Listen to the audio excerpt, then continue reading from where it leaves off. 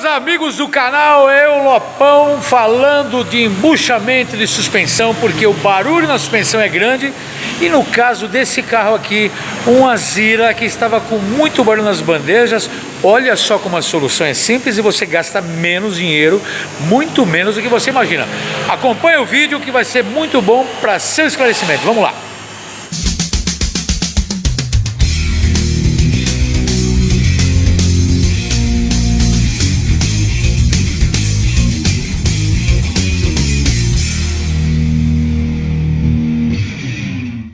Estou aqui no elevador, vou subir o carro para vocês. O que temos aqui no elevador é um Azira 2009-2010, certo?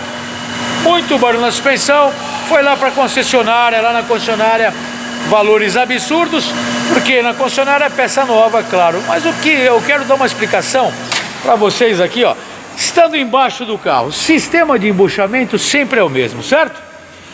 A parte de hastes e de braço, ela nunca muda, né? Vamos dizer assim, os suportes onde vão os embuchamentos, eles não desgastam, eles não quebram.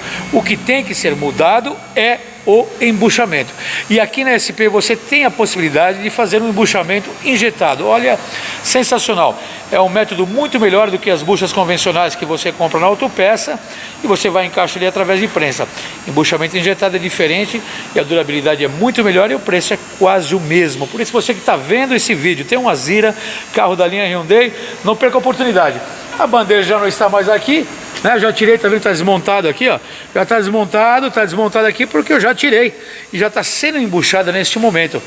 Eu quero convidar você, todo mundo que tem Azira ou carros Hyundai, quer fazer um embuchamento numa empresa que é especializada nesse tipo de embuchamento, vale a pena, meu amigo. Olha isso que eu estou te falando. Você que está com o carro, aquela barulheira na frente e atrás, dá uma passada, não precisa trocar as bandejas.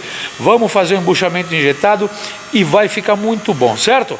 Vou deixar o meu telefone para você, o meu WhatsApp.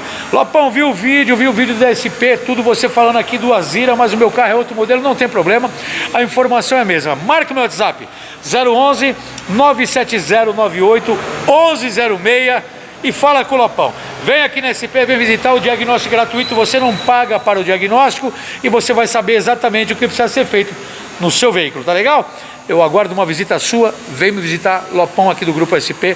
Embuchamento de suspensão com qualidade é aqui. Vem pra cá.